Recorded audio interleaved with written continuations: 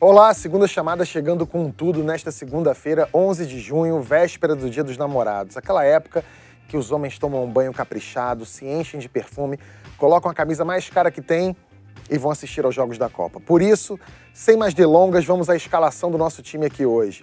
Na minha direita, na lateral aqui, o jornalista que faz cruzamentos mais precisos sobre a área de Brasília, Kennedy Alencar, ao lado dele na zaga, dando chutão pro alto com o preço do dólar. Ela que vai explicar a regra do empreendimento aqui no programa, Mara Luque, no meio-campo, a caminho da Rússia. É sério, ela vai pra Rússia, eu tô morrendo de inveja.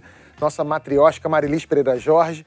E no ataque, nosso atleta animal, ele mesmo se definiu assim, né? Que lembra o Robinho numa fase ruim. Ele corre, pedala e nada. Tudo pronto, bola no centro do gramado, vamos ao nosso pontapé inicial. Mas antes de tudo, vai ter Copa mesmo?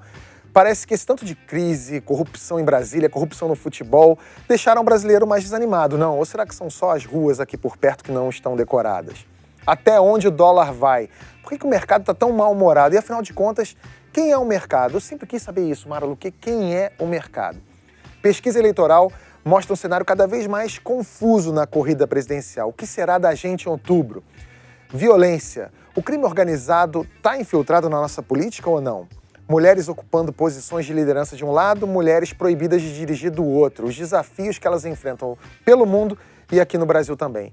E o que esperar dos imprevisíveis Donald Trump e Kim Jong-un, que estão juntinhos hoje no Dia dos Namorados em Singapura? Sim, porque pelo fuso horário, lá já é amanhã.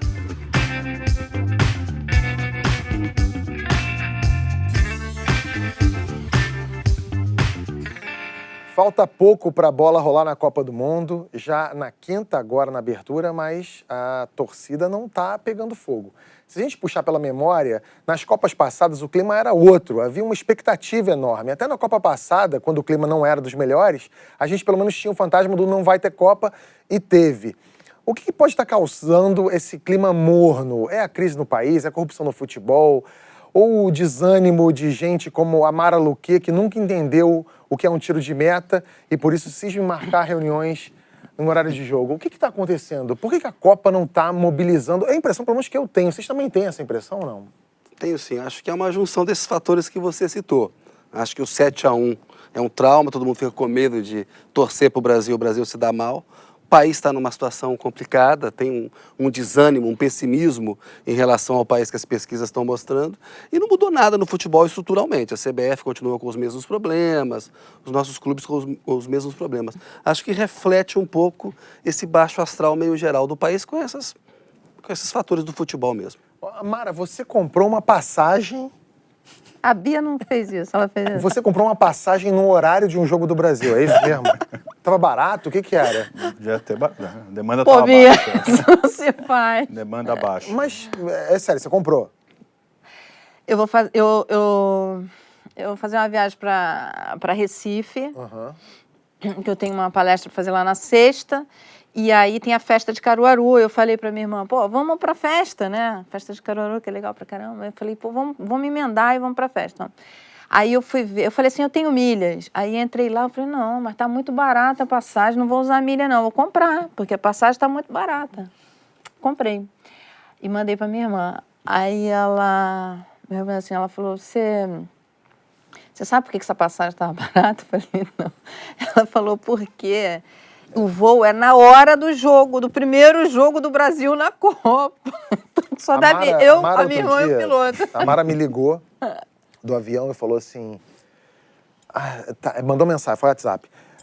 Eu tô do lado daquele treinador. Aí eu falei assim... Eu falei do Tite, não. Eu sabia o nome. Eu falei, que treinador? Do Tite. Aí eu falei, pô, Mara, marca uma entrevista com ele, faz alguma coisa lá. Mas... é que o Corinthians não tá tão bem agora. Eu falei assim, Mara, ele é técnico da seleção há 2 anos.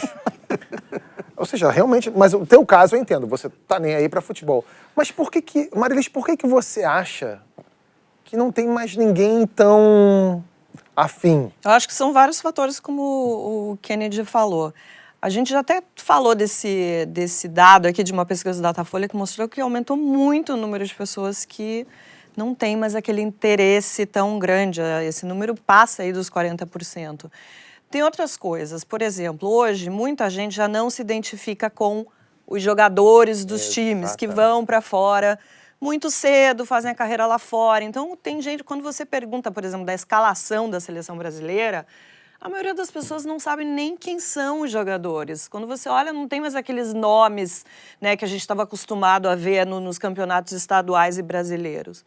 E tem um outro fator também, que e isso eu acho bastante positivo, as pessoas estão bastante mais interessadas na questão política no Brasil, né? A gente vê as pessoas discutindo muito mais sobre política nas redes sociais hoje, todo mundo sabe a escalação do STF, não é mesmo? É uma coisa meio bizarra. Não é grande coisa, né?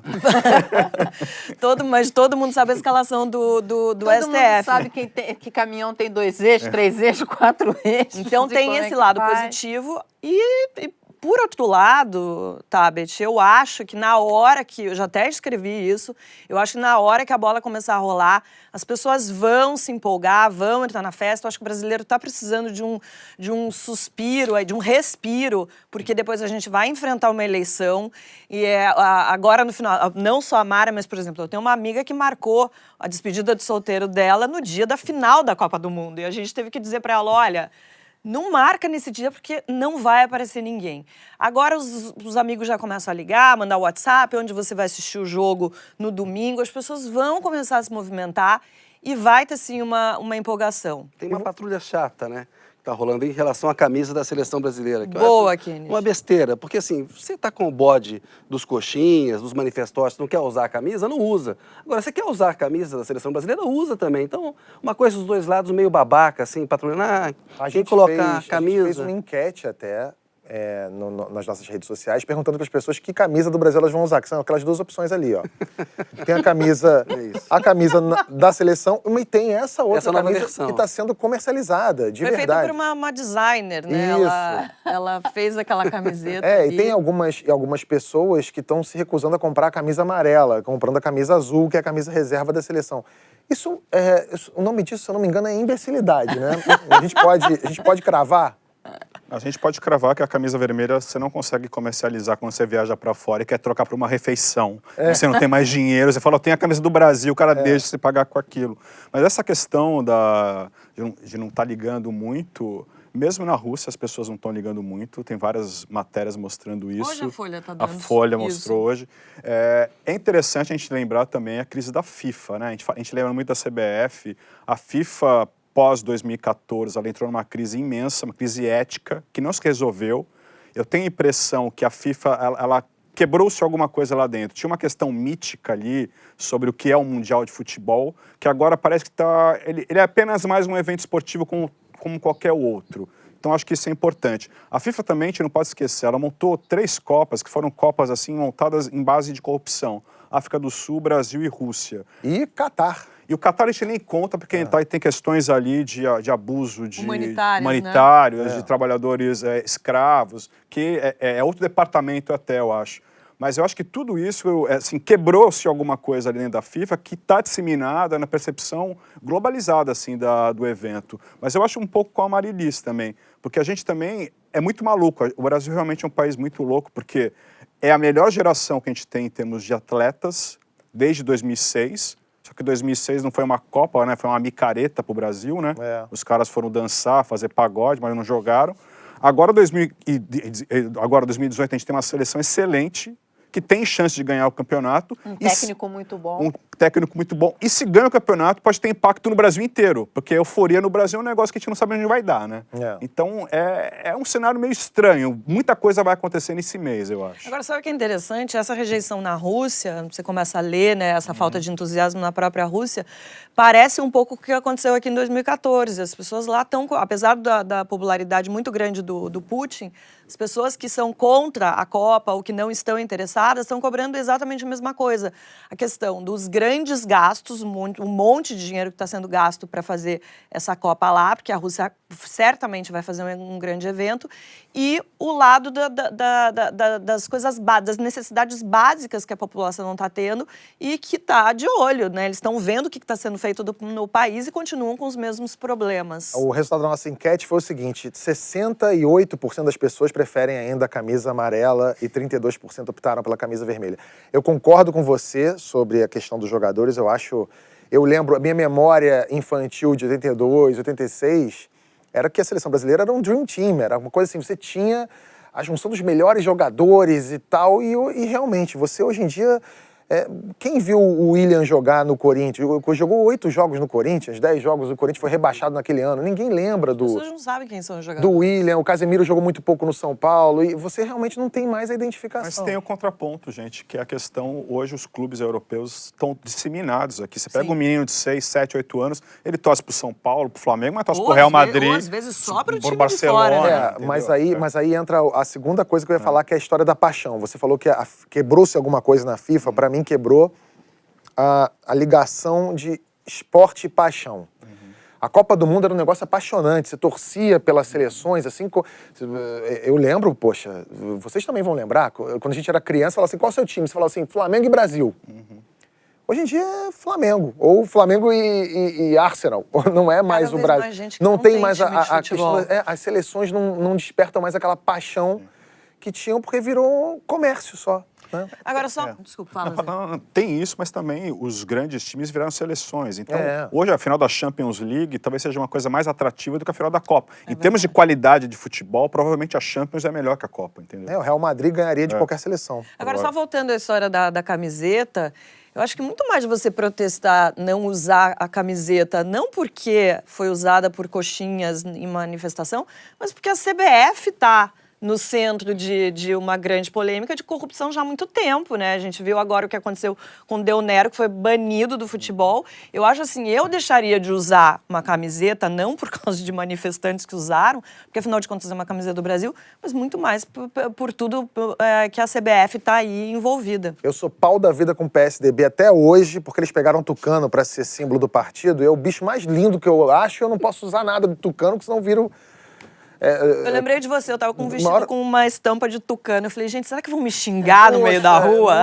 Não é lindo esse bicho? É Eu tenho uma lindo. história boa de tucano. Essa semana minha sobrinha estava andando lá numa rua aqui do Rio de Janeiro.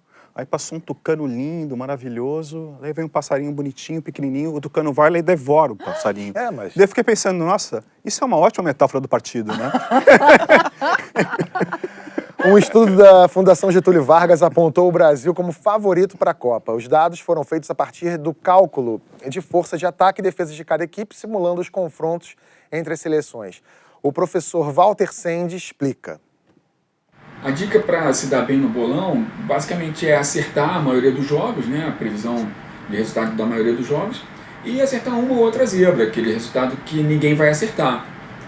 Para acertar na média, acertar os jogos assim, mais previsíveis, o que você tem que fazer é olhar os diversos modelos que tem por aí, baseados em estatística dos últimos resultados das seleções. Nós fizemos um modelo desse que mostra o Brasil aí, acompanhado da Espanha e da Alemanha como uma previsão para ser campeão, né? E os resultados de cada um dos jogos. Pelas contas do professor, a seleção tem 21% de chances, depois a Espanha com 13% e a Alemanha com 11%. Parece simples, mas é bem difícil. Fazer a média e ainda acertar as zebras. Vamos fazer o nosso bolão aqui? Quem que vocês acham que vai ser campeão da Copa e quem vai ser uma grande decepção da Copa? Tem uma história boa que é do FIFA 18, aquele game que fez também a simulação. Ele já fez nas últimas 3 Copas, ele acertou nas 2 Copas anteriores. E agora nessa Copa ele fez, o Brasil cairia nas quartas para a Bélgica, perderia, ele dá até o resultado, perderia por 2-0. O meu bolão tá assim, eu fiz meu bolão ontem, tá o Brasil perdendo para a Bélgica nas quartas. E a final seria França e Argentina, ao nível de sofisticação, uma final por pênaltis. Olha só. E a França seria campeã. Não, para mim deu outra coisa. Eu sou uma tragédia em bolão. Eu sempre tento colocar, e ficou com pena dos times mais fracos, eu sempre quero fazer com que eles vão até... Aí você botou uma Arábia Saudita e Eu Tunísia não na tô. final. Foi isso que você Não fez. tô ainda em nenhum bolão, vou participar, Tá. mas não Mas sei. seu bolão é quase uma caridade. Um bolão caridade. É um Tá. bolão caridade. Mas vamos lá, Godoy, você, quem você acha que vai ser campeão? Então, a questão do bolão, assim, tem gente que joga com o coração, tem gente que joga com a razão. Eu vou no coração, eu não consigo não colocar o Brasil. O pior que esteja, nesse caso, o Brasil é um dos favoritos mesmo. O Brasil, pra mim, vai ganhar a Copa, na minha cabeça. Tá, e a decepção da Copa pra você? A Argentina seria a decepção, mas já tá meio anunciada, né? Porque é um caos, é a cara do país, né? Com um técnico louco, um gênio perdido naquele bando de jogador sem função definida, né? Tá, você, Marilis, campeão e decepção. Gente, eu acho que eu vou torcer pra Islândia. Eu adoro aquela torcida. Massa. Ou pra Costa Rica, que na Copa passada foi tão longe, né? Foi uma surpresa tão boa. Tá, ok. E a decepção pra você vai ser tipo Alemanha. Ah, seria uma grande decepção, né? Tá. Mara? Caraca. Passa. Passo. Pra Mara, campeão vai ser o voo, né? Chegando na hora no Recife e, né, a Ah, decepção... mas o Mara, Costa Rica Costa joga. Rica, cara. Costa Rica. Costa Rica joga. Costa Rica, Mara... Costa Rica. Seu segundo país, né? É, segundo país. Costa Rica. Caraca, meu sobrinho não vai me deixar entrar em casa. Eu tenho que ser Brasil, né? Brasil e Costa Rica, pode ter 2? Pode, tá bom. Você sabe que eu tenho Costa visto Rica. muita gente dizendo que não vai torcer pro Brasil, mas eu acho que na hora não tem como. Em Eu acho que a 70 gente foi acaba, assim também, acaba né? torcendo. Tem que torcer pro Brasil, Bom, eu no acho. 7x1, eu confesso, eu vou quando torcer fez pro Brasil 4, e eu pra tava dando Costa Rica. gargalhada. Ah, não, aí virou uma piada, uma profusão de meme na internet, É. que aí você tem que se divertir Como é que você vai mesmo. fazer, Mara, quando tiver Costa Rica e Brasil? Eles jogam na primeira fase. Eu vou pegar um voo. Kennedy, pra você. Acho que a Alemanha é a favorita pela base que tem. Acho que esse papo de que a Alemanha não está tão bem assim, acho que na Copa ela é a favorita. Acho que o Brasil pode ser uma decepção. De novo, a gente está achando que a seleção... Ela é uma bela seleção, o Tite é um grande técnico, mas acho que tem um salto alto ali, não sei. Vou torcer pelo Brasil, mas acho que a Alemanha é a favorita. Daqui a pouco a gente volta a falar de Copa. Você tá achando ruim que hoje é segunda? Não ache. Segunda pode ser ruim, mas não será pior do que quinta-feira passada. O dólar disparou, a bolsa desmoronou. O que aconteceu, Mara Luque? O que acontece sempre em momentos eleitorais quando o Brasil está com essa série de indefinições e incertezas. Não é a primeira crise que acontece, não é a primeira vez que o mercado fica volátil. O que é o mercado? Você pergunta. O que é o mercado? Porque a Mara gente ouve, o Luque? mercado tá tenso, o mercado tá de bom humor, o mercado tá O mercado são os perdido. investidores, os gestores de carteira. O mercado somos todos nós, que tem aplicação, que tem investimentos. São todos nós, entendeu? E por que ele fica nervoso? É muito importante prestar atenção nisso. Primeiro, é o seguinte, não escolha o seu candidato com base no sobe e desce do mercado. Não escolha. Porque o mercado ele vai operar isso. Primeiro, ele ganhou muito dinheiro, os investidores ganharam muito dinheiro. Então, estão vendo que há muitas indefinições no Brasil, enfim, não existe um candidato ali de consenso e tal. E ele pega e fala assim, quer saber? Eu vou realizar meu lucro. O que significa? Vender os ativos brasileiros, botar o que eu já ganhei no bolso, vou embora e vou esperar. Vou esperar isso acalmar e vou ficar com o dinheiro em caixa, porque vão aparecer oportunidades. E, de fato, aparecem excelentes oportunidades. Na primeira eleição do ex-presidente Lula, foi a mesma coisa. Mesmo estresse, mesma coisa e tal, bolsa caindo, dólar chegou a 4 naquela época. Dólar chegou a 4. Que agora, com tudo isso, ainda não chegou nos 4 cravadinho, entendeu? E lá naquela época chegou a 4. 4 daquela época seria um 7, 8 de hoje. Exatamente. Então, e teve gente que comprou dólar naquela época e que carregou isso um tempo. Então, calma, isso é normal de acontecer. Então, nós, mortais, o que a gente faz? A gente fica ali, primeiro, olhando as oportunidades que aparecem, e de fato aparecem. No Tesouro Direto, por exemplo, que é um investimento extremamente seguro, as taxas abriram. O que significa a taxa abrir? Você tem papéis que estão pagando, títulos que estão pagando retornos, juros muito atraentes. Por quê? Porque muita gente vendeu, os estrangeiros venderam esses papéis, saíram no mercado, então esses papéis ficaram mais baratos. Significa que a taxa está melhor. A bolsa é a mesma coisa. Toda época de eleição é isso, vai ficar operando. Agora, muita atenção, porque é o seguinte, todos os candidatos, digam o que disserem, eles vão ter que fazer a mesma coisa, que é enfrentar o grande problema brasileiro hoje, que é o problema fiscal. Então, todos eles podem dizer que não, mas eles vão ter que enfrentar esse problema. E vão ter que enfrentar esse problema mexendo na Previdência. Ele pode até dizer que não na campanha, mas vai mexer. Vamos lembrar da campanha da ex-presidente Dilma, que dizia dos juros, não sei o quê. A primeira coisa que ela fez foi aumentar os juros. O que o governo fez foi aumentar os juros. Tentou fazer uma reforma da Previdência também. E tentou fazer uma reforma da Previdência. Então, isso está dado. Isso vai ser feito por qualquer presidente que assumir. Na época do ex-presidente Lula, o que ele fez? Ele soltou a carta aos brasileiros e, depois de eleito, chamou o Meirelles no Banco Central e falou: a política econômica vai continuar a mesma, ninguém vai romper contratos e tal, que esse é o medo dos investidores. É mais rigorosa do ponto de vista fiscal, com o Palocci. Extremamente rigorosa. O Palocci queria déficit zero, né? Então, que foi um erro, que a Dilma foi contra. Na época ela era ministra, ela foi 2005. contra, e que se ela tivesse feito, ela estaria numa situação muito melhor. Provavelmente não teria enfrentado o impeachment. Agora, como é que ficam os candidatos que estão falando contra a reforma da Previdência nesse momento? O cara você está falando que ele vai ter que fazer. Ninguém está falando contra. Eles estão falando que o Ciro está dizendo que vai mudar um sistema, que vai ser um sistema de capitalização, então cada um vai receber de previdência o que poupar ao longo da vida. Responsável por sua poupança. O Alckmin diz que fará uma coisa parecida com o que fez em São Paulo. A Marina fala que é preciso fazer reformas.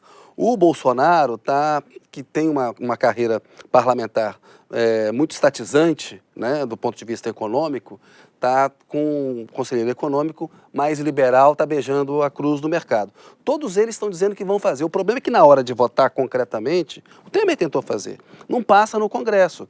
Porque você vai para fazer uma reforma da Previdência, você demanda um sacrifício. Todos nós vamos ter que demorar mais a nos aposentar, né? E tem um problema no Brasil que é a proteção social para os mais pobres, né, que entra como conta previdenciária. O Ciro, por exemplo, está falando, olha, vamos separar, né, vamos garantir um salário mínimo para todo mundo, isso aqui você pode espetar, o que é proteção social, você espeta no Tesouro e vamos fazer previdência. Todos eles estão falando que vão fazer. O problema, Tabet, é que tem um Congresso real que é eleito, né, e na hora H é com essa tigrada que tem que negociar. E isso que o Kennedy falou é importante, chamar atenção para o que aconteceu na Argentina. Essa coisa do mercado, o mercado adora, né, o Macri, e colocou ali bombando.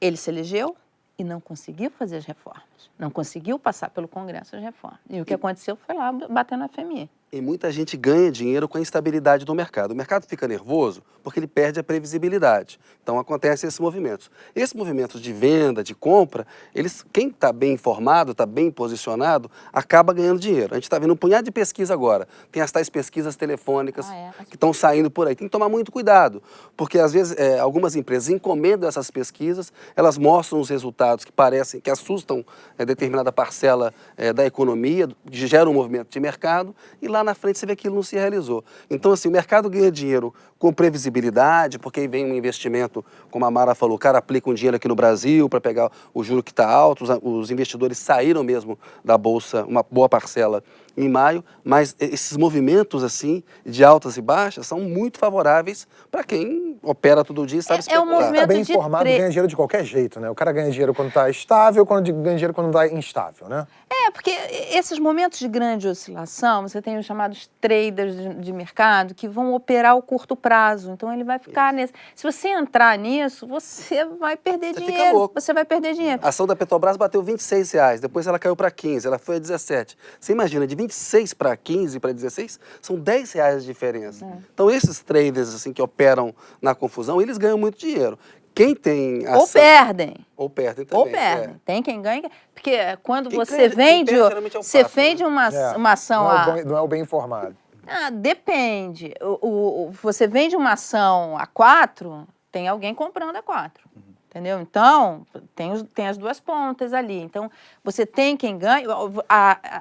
O episódio da manutenção do Copom, da taxa de juros, muita gente perdeu dinheiro. Gestores profissionais nos fundos de renda fixa, os fundos de renda fixa apresentaram perdas nas cotas, porque não esperavam. Então, é um jogo de mercado. Todo mundo achou que estava bem informado, e porque todo mundo achou exatamente. que ia cair e não caiu. O Banco Central não reduziu. Então, cuidado com isso. Agora, para nós, mortais, o que a gente faz? A gente olha e fala assim, bem, eu tenho um dinheirinho aqui para minha aposentadoria. Aquele título, ele está pagando, voltou a pagar 5%, 6% acima da inflação. Essa é uma boa taxa.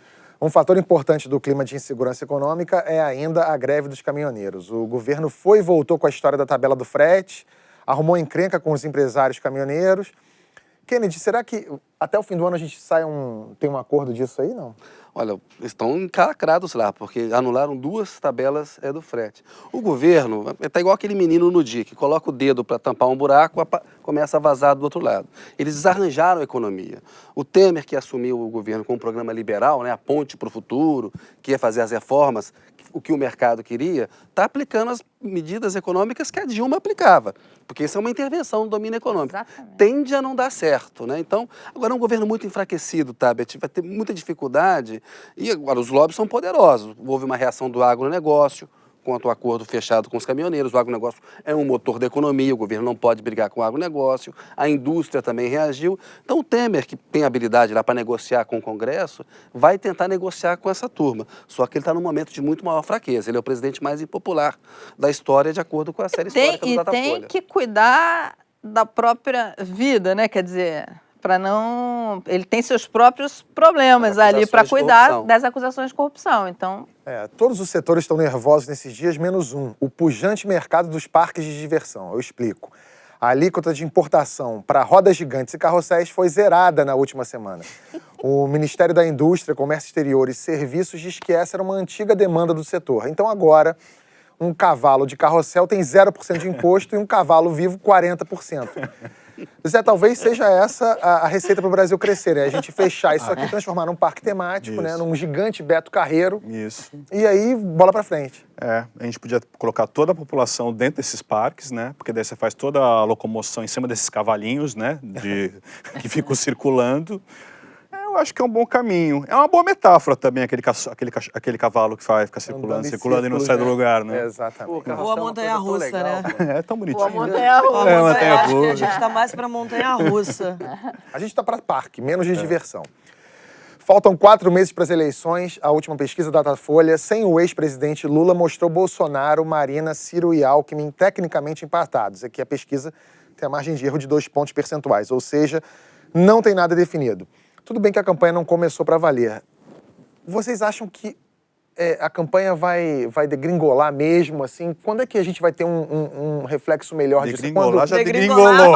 Eu acho que é a melhor definição. Desculpa, acho que vai decolar. acho que ela já degringolou. Degringolar já decolou, tá na cara. Vai decolar quando? Quando a gente tiver... Vocês acham que o tempo de TV vai ser fundamental para isso?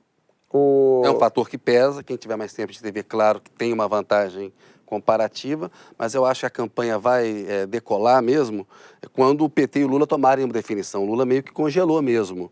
O movimento que o Lula fará, porque o Datafolha mostra que 30% do eleitorado votariam com certeza no candidato indicado por ele, mostra que o Lula, se não for candidato, e o cenário mais provável é esse, porque os recursos que ele está apresentando ao STF, STJ e ao TSE não devem prosperar para liberar a candidatura, ele parece ter força para colocar um nome no segundo turno, ser o kingmaker. Então, eu acho que esse é um fator importante e o PT só vai esticar essa corda, porque vai registrar a candidatura do Lula em 15 de agosto.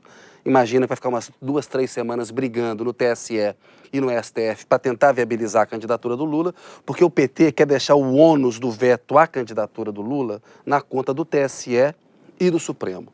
Então, o cálculo político do PT é arrastar essa discussão até meados de setembro. Então, esse é um fator importante. Qual é o prazo final para eles terem que firmar o nome, se o Lula realmente... Olha, tem parecer de advogado que diz que, inclusive, sem decisão, pode tentar colocar o nome do Lula na urna. Ele pode na urna eletrônica e tal. A maioria diz que provavelmente entre 15 e 20 de setembro, no máximo até 20 de setembro, tem uma definição mais clara. É mais ou menos o cronograma com o qual o PT trabalha, né? E um outro fator importante, que eu acho que pesa nessa coisa, a fraqueza do governo, eu acho que ela tende a dificultar muito, assim, fazer uma previsão definitiva é complicada, mas assim, será muito difícil que o Alckmin consiga emplacar ou que o Meirelles consiga emplacar. Nas outras eleições, ou o PT estava na oposição ao Fernando Henrique, que foi eleito 2 vezes, ou o PSDB estava na oposição. Agora o Alckmin e o PSDB, eles viabilizaram o governo Temer. Então, quando você pega as pesquisas, quem é que deve ser eleito? Um candidato de oposição ao atual governo. É por isso que o Lula tem 30% quando aparece na pesquisa, o Bolsonaro 19%, a Marina, no cenário em que o Lula fica fora, alcança 15%, no cenário em que o Lula fica fora, o Ciro vai para 11%, o único que, quando o Lula sai, fica mais ou menos onde está, é o Alckmin com 7%. Então, ele está identificado com as forças do governo. Então, eu acho que os dois fatores principais são que movimento o Lula e o PT farão e acho que vai ser eleito um presidente de oposição. E os brancos e nulos, que são muito altos, cresceram, inclusive. Foi o que me chamou a atenção nessa última pesquisa, foi o crescimento. Com a saída do Joaquim Barbosa, cresce o número de brancos e nulos. Com o Lula na disputa, ficam ali por volta de uns 22%, 20%, estou citando de cabeça. Sem o Lula, vai para mais de 30%. Mais de 30%, né? exatamente. O candidato que lidera as pesquisas é o candidato que não sei quem eu vou votar. Ninguém. O candidato Bolsonaro, que lidera as pesquisas, na verdade, é o senhor. Sem o ninguém. Lula, o Bolsonaro é segundo. Ele Agora, perde o Lula preso, ele ainda tem esse poder de transferência de voto? As pesquisas mostram que sim. Em 2010, 65% poderiam votar com certeza ou poderiam votar no candidato Lula com certeza ou quase com certeza. Esse percentual hoje caiu para 47%. É muito alto, você levando em conta que são 4 anos de Lava Jato, o Lula está preso, condenado por corrupção. E mesmo assim... Ele está preso há 2 meses. 2 meses, só. Ou seja, ele perdeu o cacife em relação a 2010? Perdeu. Né? Ele estava no poder, saindo com 80% de popularidade. Ele tinha um poder de influência de 65%. Mas hoje o potencial de influência chega a 47%, de acordo com o Datafolha. 30% dizem que votariam com certeza. Então, ainda é um potencial alto, Tabet. Eu acho que mesmo se ele continuar preso, se não conseguir ser candidato, ele tem força para poder, eventualmente, colocar um candidato no segundo turno. O Kennedy, você não acha também que, porque o nome dele continua em evidência na mídia, ele está nos jornais praticamente todos os dias, esse movimento que acontece lá em Curitiba, de tanta visitação que acontece lá, ele continua sendo notícia e está aí, né? É o poder da narrativa. O PT está justamente esticando a candidatura dele, lançou na sexta-feira passada lá com aquelas máscaras de Lula, todo mundo, né, para poder manter a candidatura. Ele perdeu o cacife na espontânea, mas acontece que a urna, a vida, ela não é espontânea, a vida é estimulada. A urna, o cenário real, você chega lá, tem os candidatos, Sim. né, e na pesquisa estimulada, o potencial de transferência dele é muito forte ainda. Mas tem um dado que eu achei interessante desses últimos meses, que é a questão do outsider, que foi testado e esvaziou. E a gente vai chegar, cada vez está mais claro, que a gente vai chegar com candidatos de partidos consolidados, né? O mais outsider que você tem aí, digamos assim, é a Marina. Ela é uma política tradicional, foi senadora ministra, mas ela tem uma imagem de alguém que não está nessa lambança da política tradicional, digamos Não assim. respingou nada nela. Não tem nenhum respingo da Lava Jato. Né? Ela desaparece quando ela não está concorrendo a alguma coisa, todo mundo fala que onde está a Marina? E vem cá, e essa história do eleitor Bolsolula? Tem uma galera que na impossibilidade de votar no Lula, a segunda opção é o Bolsonaro. É meio... Mas não é muito não, tá, Beth? Porque quando você pega o Datafolha, no cenário em que o aquela Lula camisa vermelha, aparece, né? o Bolsonaro tem 17%. Quando o Lula sai, o Bolsonaro vai para 19%. É uma variação, uma oscilação positiva dentro da margem de erro. Tem uma comunicação, sim. O próprio Datafolha mostra que dos eleitores do Lula, se tivessem que escolher um outro candidato, eu creio que é uma coisa ali por volta de uns 10% votariam no Bolsonaro. Acho que tem uma comunicação numa faixa do eleitorado de menor renda, de menor escolaridade, mas não é muito forte. Acho que o que comunica, tinha sempre aquela tese de que tinha uma polarização entre Lula e Bolsonaro, que era uma polarização esquerda versus direita. Não acho que seja isso. O Lula e o Bolsonaro lideravam porque eles são forças que significam oposição à atual política que está aí. Um eleitor mais de extrema direita de direita, que é o Bolsonaro, um eleitor mais de centro-esquerda de esquerda, que é o Lula, não quer esse programa econômico que o Temer está apresentando. Então, mas não é o Pra você discurso ver. populista dos dois que é muito parecido? Bem, aí tem que ver. O Lula, quando foi presidente, não fez um governo populista. Não, fez um não governo fez, que pelo agradou contrário, ao exatamente. mercado, né? Ele está agora numa pegada mais radical, porque foi o discurso para manter a tropa coesa, para enfrentar a Lava Jato. Porque falou assim, eu fiz um governo de conciliação, os banqueiros ganharam dinheiro comigo, agora vocês preferem o Bolsonaro, eu dei autonomia para o Ministério Público Federal, aparelhei a Polícia Federal, pegaram a nossa corrupção, então agora nós vamos fazer um discurso mais à esquerda aqui, para essa coesão da tropa. Então, eu acho que isso é tático. Acho que se o Lula pudesse ser candidato e se ganhasse, a gente o veria defendendo a reforma da Previdência. Mantendo a mesma equipe econômica. Né? E fazendo o fiscal forte. Porque é abrindo espaço fiscal que você faz política social. Exatamente. Pra você ver como é que a gente está mal parado, as nossas duas forças de oposição são um cara que é deputado há 30 anos e um outro que é tá nos últimos 4 mandatos e o vice da candidata dele é o atual presidente. E as pessoas ainda falam em renovação. Mas a Marina e o Ciro também são oposição, né? Se o Lula não for candidato, vai sair do Ciro, da Marina ou do nome indicado pelo PT. Eu acho que o Bolsonaro é a nossa Marine Le Pen. Você acha vai que chegar centro... no segundo turno para ser derrotado. Um candidato de centro, você acha que não tem como emergir? Um candidato de centro está identificado com as forças do governo. Aí, ao ser colado no Temer, né, o próprio Alckmin vive essa dificuldade. O Aloysio Nunes Ferreira é ministro das Relações Exteriores. Durante a campanha, ele vai ter um baita tempo de televisão. Ele vai falar que ele tem proposta, ele vai tentar se descolar do Temer. Mas os adversários vão lembrar, o PSDB foi avalista do governo. Então, esse candidato de centro, o problema dele é a identificação com o atual governo. Quem é freguês antigo de um bar sabe a moral que dá quando você fala pro garçom assim, o de sempre. O ex-presidente Fernando Henrique Cardoso mandou um e-mail para o Marcelo Odebrecht em 2010 pedindo dinheiro para a campanha dos candidatos tucanos, né? E o assunto do e-mail foi simplesmente, aspas, o de sempre. Fernando Henrique Cardoso disse que o pedido foi totalmente legal. Mas não é esquisito? No mínimo estranho um e-mail pedindo o de sempre? Na época não era. E ele está certo, era totalmente legal. Essa é uma questão importantíssima, eu acho. Nós estamos passando, e eu acho que a reforma política ela é importante por causa disso. Nós estamos passando isso a limpo, de fato, porque assim era feito, assim que era feito. E todo mundo achava normal, e isso era com todos os partidos. Acho que só os partidos pequenos. Vou discordar de você nisso aí. Pelo critério da Lava Jato, que dá a prova indiciária um peso muito grande para condenar por corrupção, né, você tem ali um indício de que o Fernando Henrique pediu uma contribuição de campanha e que a Odebrecht, ao pagar, pagou usando empresas laranja, né? Que Praia Mar, algumas empresas que ela usava, Petrópolis. O mais importante dos e-mails não é o pedido para o Antero Paes, que era candidato ao Senado, nem para o Flecha Ribeiro, também candidato ao Senado. É que, na resposta, o Marcelo Odebrecht fala assim, eu vou te dar um feedback dos assuntos que nós tratamos em relação a outros nomes e tal. Então, há ali uma informação, em 2010, de que o Fernando Henrique pediu para uma grande contribuinte de campanha, para o Odebrecht, dinheiro para o partido e que era o de sempre.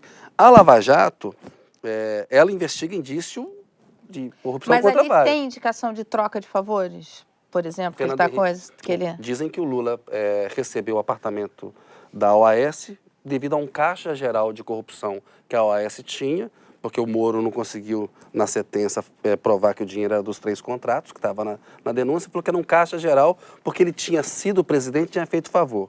O Fernando Henrique liberou 2 usinas para uma MP 991 para a Odebrecht construir, acho que na divisa de Santa Catarina com o Rio Grande do Sul. Em tese, esse dinheiro ele pode ser também de um caixa geral de favores que o PSDB fez no governo. Porque aí fica muito complicado, assim, o Marcelo Odebrecht falava, olha, lá para o PSDB e para o Fernando Henrique, pega o dinheiro do Caixa 1, o dinheiro da sacristia. Quando for lá para o PT, para o PMDB, para o Eduardo Cunha e para o Lula, pega o dinheiro da corrupção. Assim, ali está claramente desenhado um financiamento ilegal, porque a Odebrecht não deu dinheiro dela, ela usou laranjas para contribuir. E são as empresas que, na Lava Jato, aparecem como caixa 2. Acho que, no mínimo, para aquela questão dos 2 pesos e 2 medidas, deveria ter sido aberto um inquérito para se investigar, se ouviu o seu Fernando Henrique, o seu Marcelo Odebrecht, dizer se o dinheiro foi recebido, se foi declarado, se não foi, de onde saiu. Porque fica no meu entender, Tabet, eu acho que tem 2 pesos e 2 medidas. Né? Imagina um e-mail do Lula para o Marcelo Odebrecht, falando do de sempre e pedindo contribuição de campanha. Eles iam falar, olha, que tem mais um indício, uma prova de que o Lula atuava com esses caras para um grande financiamento ilegal. Então, acho que até para a própria Lava Jato, eles deveriam ter investigado esse caso. Imagina uma empresa com faturamento estimado de R$500 bilhão por ano, que está entre as 500 maiores do país, presente em todos os estados brasileiros e em 6 países da América do Sul. Essa empresa existe e se chama Primeiro Comando da Capital, o PCC. A facção criminosa se expande e usa doleiros e empresas de fachada para lavar dinheiro. Na semana passada, o PCC ordenou ataques a ônibus em 38 cidades de Minas Gerais e do Rio Grande do Norte. Em ano de eleição, sempre tem essa desconfiança, né? Se o PCC financia campanha, se o PCC já entrou na política. Já entrou na política? Há indícios As reportagens todas indicam isso, e o Ministério Público e o ministro Gilmar Mendes, do Supremo, e que presidindo o Tribunal Superior Eleitoral, disse com todas as letras que o fim do financiamento privado iria criar as condições para o crime organizado financiar alguns candidatos. Isso é aspas. Mas já não financia, porque eu acho que Acho assim, sim. todas as organizações econômicas, sabe, que movimentam muito dinheiro, têm o seu lobby, financiam, têm seus interesses e financiam, enfim. Eu acho que você achar que eles não têm uma presença lá... O Ministério é Público estava investigando a relação de financiamento do PCC com campanhas de candidato da bancada evangélica. Sim. Né? A suspeita aí, Tabet, que é muito fácil lavar o dinheiro, porque pega o dinheiro sujo do crime organizado, faz como uma doação para a igreja, e toda a legislação permite, né, não tem a tributação, e tudo aquele dinheiro aparece como um dinheiro limpo. Então, uma grande teoria é essa aí, de que por meio de igrejas evangélicas de fachada, o crime organizado teria facilidade para lavar dinheiro. Mas a gente também acho que tem que discutir algumas coisas em relação a isso. Essas organizações, o que elas exploram não é cocaína, maconha, jogos e tal, é vácuo do Estado, né? Esse é o negócio dessas organizações. Eu acho muito natural que uma organização que cresceu e fatura valores como a gente está falando aqui, em territórios onde o Estado foi inapto ou nunca teve interesse, que ela tenha agora algum tipo de demanda de representação, porque é o passo seguinte disso. E eu acho que uma coisa muito importante de ser falada, a gente sempre fala do PCC, que eu acho que é o exemplo máximo no Brasil, né, de desenvolvimento, de potência, essa é uma história que está completamente relacionada com os governos a partir da abertura democrática. Desde o governo Montoro, a partir dos anos, no meio dos anos 80, até o governo Alckmin, foi um vácuo que o Estado de São Paulo optou em não preencher. As periferias na cidade de São Paulo, elas são completamente território de ninguém. Isso há mais de 20 anos. É óbvio que isso seria ocupado por alguém, como todas as comunidades aqui nessa cidade do Rio de Janeiro são ocupadas por alguém. Então, a questão para mim é muito mais complexa. O Estado brasileiro vai querer ocupar esse espaço ou a gente realmente vai topar que esse espaço já não é mais do Estado? Esse é o ponto né? principal, Né? a ausência do Estado. Porque aí tinha o jogo do bicho, quando faltava o Estado tinha o jogo do bicho. Aí depois veio um crime organizado, o narcotráfico. O PCC está naquele processo de se tornar uma máfia para valer. O que a máfia faz? Ela faz investimentos na cultura. A máfia americana tinha os grandes cantores, os grandes artistas de Hollywood, com os quais ela queria ter a relação. Ela tenta ter negócios de fachada legais. E é claro que ela vai querer ter representantes. Las Vegas foi criado por um gangster, né? O Bugsy, né? Então, essa é a próxima etapa. A ausência do Estado é o ponto principal. Marilisa, aqui no Rio de Janeiro é a milícia, né? A milícia está ocupando esse espaço. Eu vou voltar só um pouquinho da questão do crime organizado com as igrejas evangélicas. Vocês lembram no passado, isso foi noticiado mais de uma vez, até porque aconteceu mais de uma vez, de muitos lugares, principalmente centros de candomblé, de umbanda, que foram atacados pelo crime organizado justamente porque eles estavam obrigando as pessoas de várias comunidades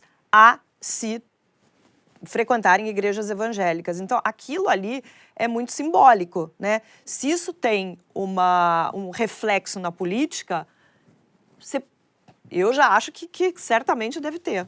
Certamente não são também todas as igrejas evangélicas que fazem isso. Não. Né? Isso, De eu ia jeito falar nenhum. exatamente Não, isso. de jeito nenhum. A gente tem que separar, porque você tem igrejas evangélicas que, inclusive, resgatam, atendem a comunidades, resgatam pessoas da violência, enfim, comunidades igrejas evangélicas e igrejas evangélicas. Que atuam corretamente onde o Estado está falhando. Exatamente.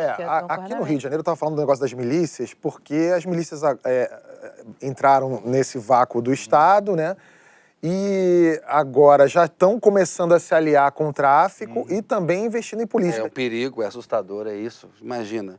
É o Estado sumindo, né? Perdendo o seu papel. E as pessoas... Eu vi uma reportagem que fiquei muito chocada recente do policial que foi morto acho que foi no ônibus, alguma coisa assim, e a mãe foi reconhecer o corpo e morreu.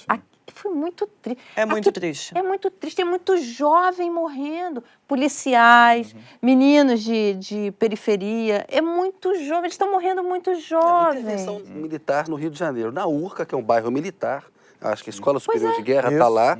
Teve Todos. tiroteio, fechou lá o bondinho e acharam 6 corpos. 6 corpos traficantes boiando à suspeita ontem. de execução. Isso, assim, nas barbas da intervenção militar no Rio de Janeiro. Então, você imagina a gravidade que se chega. Na Urca, que era um lugar considerado blindado, Sempre. assim, em termos A de história, segurança. a história da intervenção é boa, porque, na verdade, a gente está falando vácuo do Estado, mas também tem uma questão, são vácuos entre unidades do Estado, porque a prefeitura é uma coisa, o Estado é uma coisa e o governo federal é outra. E não se conversam, a gente não tem política federal para cuidar disso, a gente não tem política estadual para cuidar disso, a prefeitura não tem força, né, ela não tem uma força de segurança para tratar desses assuntos. Então a gente tem uma série de vácuos, tem questões jurídicas importantes aí para ser tratadas. A gente optou em esquecer disso, né? Eu entrevistei ano passado o governador do Ceará e o Ceará também enfrenta problemas seríssimos de violência. E ele me disse o seguinte: não tem como resolver a questão da violência se não houver um esforço federal junto. Integrado, né? Integrado, de todos os governos. E, sobretudo, de junto. inteligência. Porque não Exatamente. adianta botar exército na rua se você não tiver Exatamente. inteligência. Exatamente. Não, mas o que combater ele o crime. falou é dos governadores, juntos com o governo federal, de desenharem um pacto de segurança para o país. Essa integração, Porque senão não Você adianta. está falando é importantíssimo, porque nos bastidores lá no governo federal, eles falam claramente que há um boicote de setores da Polícia Civil e da Polícia Militar do Rio, porque o governo resolveu colocar o comando na mão dos militares. Então, se não houver uma integração, né, se cada força agir como bem entender, agora os caras falam, se vocês querem resolver o problema da segurança no Rio, então resolvam aí. É muito complicado. Agora, tem que ter Tabet, eu integração. acho que o grande exemplo disso é o Paco Escobar, né? Que começa a ruir quando resolve ser ir para a Câmara, né? É. Ele virou candidato, né? Aí ele conheceu bandidos de verdade. aí ele viu que o negócio era mais complicado, mas é isso. Bom, uma coisa é certa, se taxassem o crime e as igrejas, a gente não precisava fazer reforma da Previdência. Feminismo é notícia. É uma pequena conquista das mulheres em qualquer país do mundo sempre ganha as manchetes. Você provavelmente viu que na Espanha, pela primeira vez na história, tem mais ministras que ministros. São 11 mulheres para 6 homens. E na Arábia Saudita, um nano avanço. Foram emitidas as primeiras habilitações para motoristas do sexo feminino. A situação das mulheres varia muito de país para país. Numa ponta, países como Luxemburgo, onde a média de salário da mulher é 5% menor que a dos homens. No Brasil, é mais de 20%. No outro lado, tem países como o Sudão, que permitem até a mutilação genital feminina. Marilis, numa escala que vai de Luxemburgo à Arábia Saudita, o Brasil tá onde nesse caminho? Não, a gente está bem melhor do que a Arábia Saudita. A Arábia E bem Saudita pior que Luxemburgo. É, bem pior que Luxemburgo. A Arábia Saudita, inclusive, tem uma outra mudança que está prevista agora para metade do ano. Olha só, em ano de Copa do Mundo, as mulheres vão poder frequentar estádios. Agora, é um benefício que é dado até pela metade, porque elas só podem dirigir se elas estiverem acompanhadas de algum homem da família. Então tem que ser um pai, um irmão, um marido, porque senão elas não podem Que loucura. dirigir. Chega a ser- É uma loucura. Quando a gente olha exemplos assim, você pensa, nossa, o Brasil está muito melhor, porque realmente. Agora, semana passada foi votado a proibição de casamentos de mulheres, de adolescentes menores de 16 anos. Isso ainda precisa passar pelo Senado. Mas é uma coisa que acontecia, as meninas engravidavam e eram obrigadas a casar, obrigadas pela família a casar. Isso vai ser, tomara, proibido. Claro que a gente pode sempre ir para a discussão da questão do aborto, essa é uma das questões, mas enfim, isso a gente deixa para outro dia. A questão é, eu acho que o Brasil está muito melhor do que a Arábia Saudita. A gente conquistou muitos direitos, a gente já pode votar, veja só, né? A mulher pode trabalhar. Eu acho que a questão da mulher trabalhar também no Brasil foi muito mais uma questão financeira do que o país ser um país muito progressista. Se você olha para 50 anos atrás, tinha mulher que ainda que era proibida pelos pais, eu tenho exemplos na família, de fazer essa ou aquele tipo de faculdade. Não, você só pode ter esse tipo de profissão, que eram profissões consideradas mais femininas. Agora, Tabet, ainda é muito complicado. A gente tem um ranking da ONU que fala sobre o número de mulheres assassinadas todo ano. Esse número aumentou de 2016 para 2017, mais ou menos 6,5%. E nesse ranking da ONU, eles monitoram mais ou menos... São mais de 80 países, 83 países, se eu não estou enganada. O Brasil tem 7º lugar. Sem esquecer que a notificação do feminicídio, que agora já é tipificado, ainda existe uma subnotificação, né? Tem um problema de registro. Então, a nossa posição nesse ranking pode ser ainda muito pior. E há 2 Brasis, né? Acho que tem um Brasil aí. Exatamente. Né? Minha filha tem 21 anos, está lá na UNB de classe média. Eu vejo que ela está toda empoderada nas reuniões lá, café da manhã, quando fala do que acontece na vida dela, de como ela se comporta. E a gente vê um caso, como teve recentemente em São Paulo, de uma mulher pobre, moradora de rua, que o promotor e o juiz decidiram esterilizá-la. Então, as mulheres mais pobres, de menor renda, menor escolaridade, sofrem com a violência. Então, a gente convive com esses 2 Brasis. Kennedy, um mas mais moderno e outro menos. a sua filha está empoderada até entrar no mercado de trabalho. Porque, recentemente, eu vi uma mulher graduada nas melhores escolas, pós-graduada nos Estados Unidos, voltou para o Brasil, foi fazer entrevistas de emprego. A pergunta é, você tem filhos? Como é que você cuida dos seus filhos? Como é que você vai... Pretende engravidar? Pretende engravidar? Isso é uma violência contra a mulher. Não, teve um caso que viralizou até nas redes, um texto de uma mulher contando que ela foi fazer uma entrevista. É uma história muito parecida com essa. A pergunta era uma entrevista coletiva, eram várias pessoas participando desse processo, e ela era a única mulher nesse processo. Ela foi a única perguntada se ela tinha filhos e como ela faria com os filhos, o que ela faria com os filhos, por exemplo, se algum dos filhos dela ficasse doente, o que ela faria estando, né, ocupando uma posição naquela. Que mulher tem que ganhar menos porque é engravida. Exatamente. A gente tem isso no Brasil hoje em dia. E olha, isso é muito comum. Eu fiquei impressionada que as grandes empresas multinacionais, né? o RH faz esse tipo de pergunta. E olha, vamos ser justas, é o tipo de pergunta que não é feito só por homens. É feito por mulheres também, que trabalham no RH, por mulheres que são chefes. Infelizmente, é uma cultura que existe isso. E essa coisa que o Kennedy falou, dos dois Brasis que a gente vive, o Brasil pobre e negro, da mulher pobre e negra ainda é pior. Se mata mais mulheres negras, 71% a mais do que mulheres brancas. A gente tem uma entrevista que eu fiz com 2 vereadoras lá na London School, lá em Londres, e que elas falam exatamente isso, da violência, a mulher negra e a violência. Uma vereadora aqui do Rio e outra... vale a pena ver essa entrevista, que ela vai falando assim, elas perdem os filhos estão sendo assassinados, são os principais, estão na mira ali. Agora vejam só essa história. A organização do Miss América, que existe desde 1921, anunciou que os biquínis foram banidos do concurso. A próxima edição, que definirá a candidata americana ao Miss Mundo, será em dezembro. Marilis, o concurso de Miss sem biquíni não é um pouco o outro lado, não é o outro lado dessa história? Vai virar o quê? Virou o Enem esse negócio? Vai virar o Enem. Pelas declarações, tanto na porta-voz quanto de uma das organizadoras do concurso, é basicamente isso. Elas dizem que elas querem formar mulheres, querem empoderar as mulheres, que as mulheres elas vão entregar ao mundo mulheres empoderadas e tal. Eu não consigo entender que tipo de empoderamento é esse. Eu acho que o que ela está falando é o que já acontece. É a mulher que frequenta uma universidade, uma escola, que está no mercado de trabalho. Porque eu acho uma hipocrisia enorme também você tirar... eu não sou contra esses concursos, eu acho uma bobagem, eu acho, na verdade... Eu já até falei sobre isso em relação... lembra quando... Foi uma coisa que acabou esse ano. As garotas do grid da Fórmula 1, né? Resolveram acabar, eu acho, na verdade, que acabaram com aquilo antes que os episódios de assédio começassem a aparecer. Havia um medo muito grande que isso acontecesse ali. Mas quando acabaram com aquilo, eu, na verdade, me posicionei contra. Eu acho que aquilo ali tinha que definhar, por falta de interesse, das mulheres em estar naquela posição ali. Exatamente. Não porque o dono da Fórmula 1 foi lá, olha, vamos acabar com isso daí, e ainda parecer que estão tendo uma atitude super progressista e moderna, o que é uma bobagem. O concurso de Miss é a mesma coisa, sabe? Eu acho que tinha que definhar, acabar, porque as mulheres tinham que parar de querer ficar desfilando, competindo de biquíni, de maiô.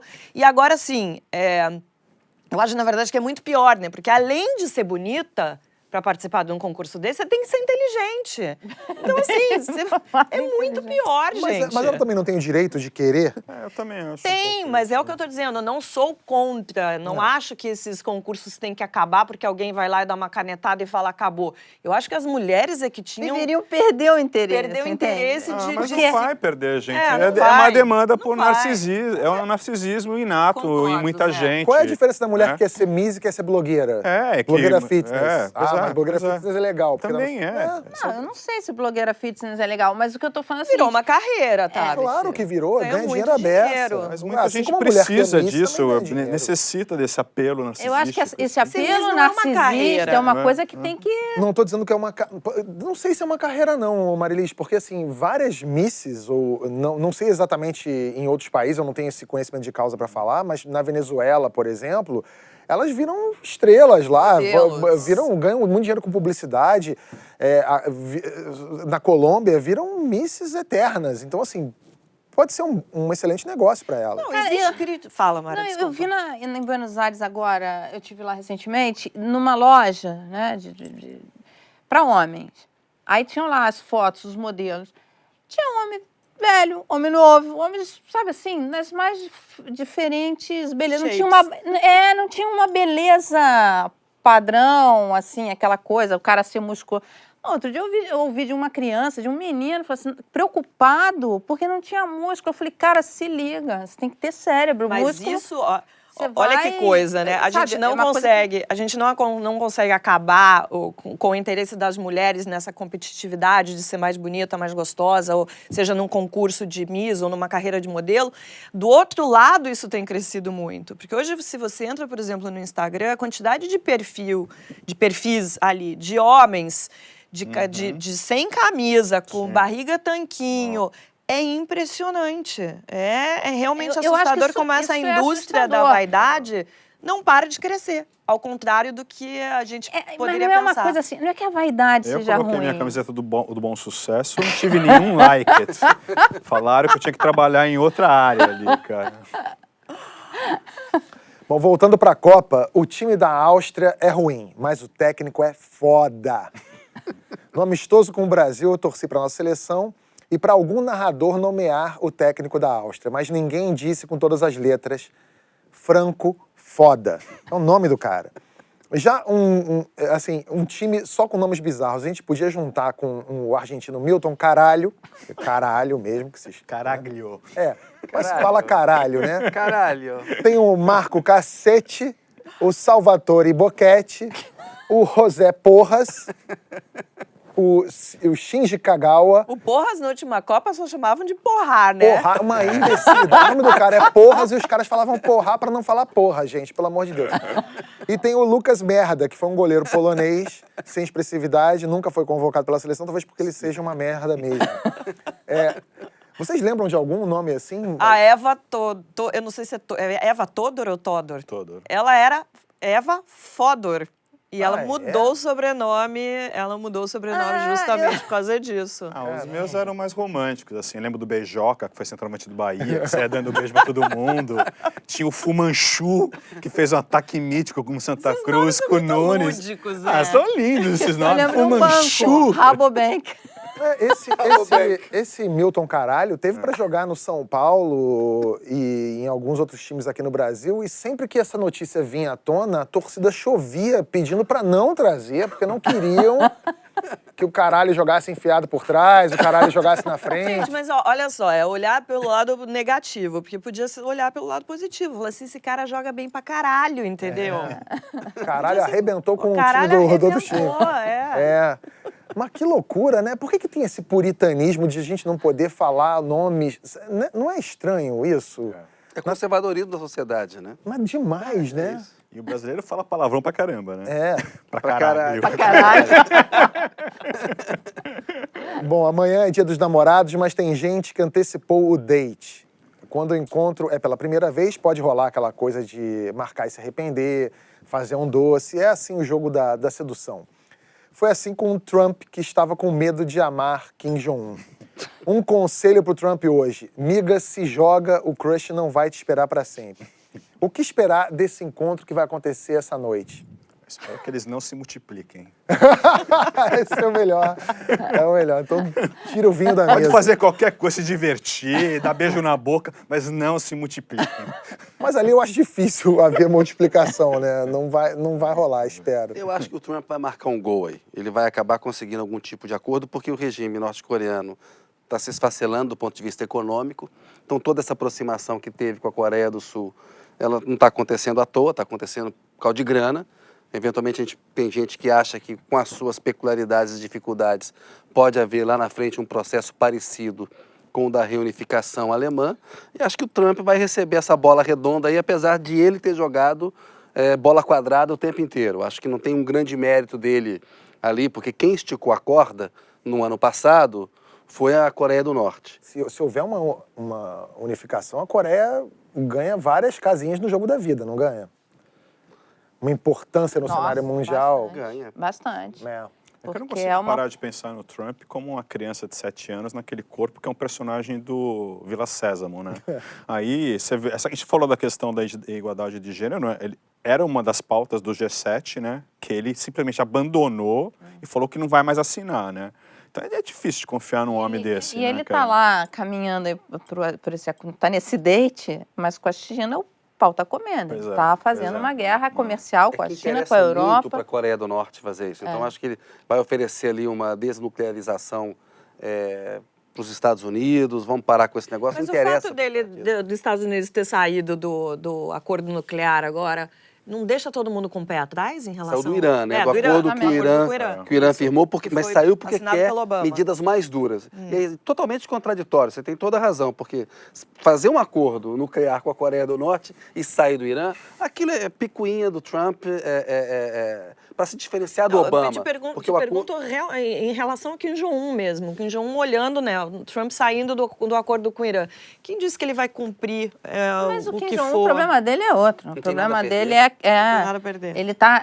e, aliás, todas aquelas manobras que ele fazia e tal, era para tirar o foco da situação interna dele, que está, assim, em frangalhos. A questão econômica, enfim. Bom, já que o Segunda Chamada tá todo romântico hoje, falando de Dia dos Namorados, a gente vai fazer uma homenagem ao hino do amor, Alma Gêmea, de Fábio Júnior. Tá certo que no vídeo que a gente vai ver, o que rolou não foi exatamente um encontro de almas. Olha aí, ó, o pessoal caindo na porrada no show que foi aqui no Rio de Janeiro. O pau comeu, tapa pra tudo que é lado. E Enquanto o Fábio... tocava Alma Gêmea, Isso, e o né? Fábio Júnior não parou de cantar. Na hora do refrão desse clássico do amor, o cinegrafista amador preferiu focar no refrão. Carne e unha, alma gêmea, bate coração. O que não faltou foi carne e unha ali, né? Porrada comeu serinho ali dentro. Olha, eu tenho amigas que estavam nesse show. Eu só não fui porque não tinha mais ingresso. Ainda bem, né? Você tá aqui com a gente inteira.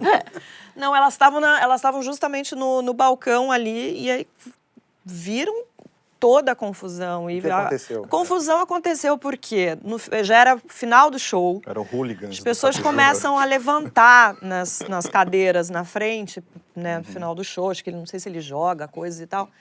E um marido de uma mulher reclamou com uma mulher que estava Em pé na frente dele. E o marido dessa mulher não gostou e os dois começaram a se atracar, mas o negócio foi muito violento. Um dos caras chegou a dar um soco na cara de uma mulher que estava caída no chão. Foi muito feio mesmo. E, como se não bastasse, ali em cima no balcão, quase rolou uma treta parecida, mas daí chegou a turma do Deixa Disso. Como é que o cara vai para um show E para se acontece divertir isso. O nível e vai com essa vibe, nível sabe? de belicosidade que as pessoas estão hoje em dia, né? Bom, a gente tentou entrar em contato com a produção do Fábio Júnior, mas eles não ligaram pra gente, não retornaram. Acho que eles não ouviram, assim como não ouviram a porrada estancando ali no meio. Bom, Segunda Chamada fica por aqui neste clima de paz e amor. Obrigado pela sua companhia, que ficou com a gente até agora. Não se esqueça de se inscrever aqui no My News. Quarta-feira tem Economia Genial com a Mara Luque, que está aqui. Falando sobre futebol. Ah, mentira. Isso vai ser muito bom. Ó, não é quarta-feira, é quinta-feira, o Economia Genial com a Mara Luque. E na sexta Thaís Herédia vai levar vai revelar que no É Pessoal os segredos do mundo dos motéis. Isso vai ser bom demais. Esse canal tá ficando bom, Tá hein? ficando incrível. Serviço. Serviço, prestação de serviço. Serviço é aqui. Estamos cheios de amor aqui, né? Motel, Fábio Júnior, futebol, Trump, Kim caralho. Jong-un. É isso aí. Valeu, gente. Até semana que vem. Tchau. Gente, acho que depois que eu casei, nunca mais fui ao motel. Uma coisa sem graça. Eu falava pro meu marido, vamos no motel? Então, mas essa matéria da Thaís, eu não posso dar spoiler aqui, mas tá super legal porque fala exatamente isso, que não é mais aquela coisa que era no passado para amantes, não sei o que. Acho que a matéria tá bem É pra legal. quê agora?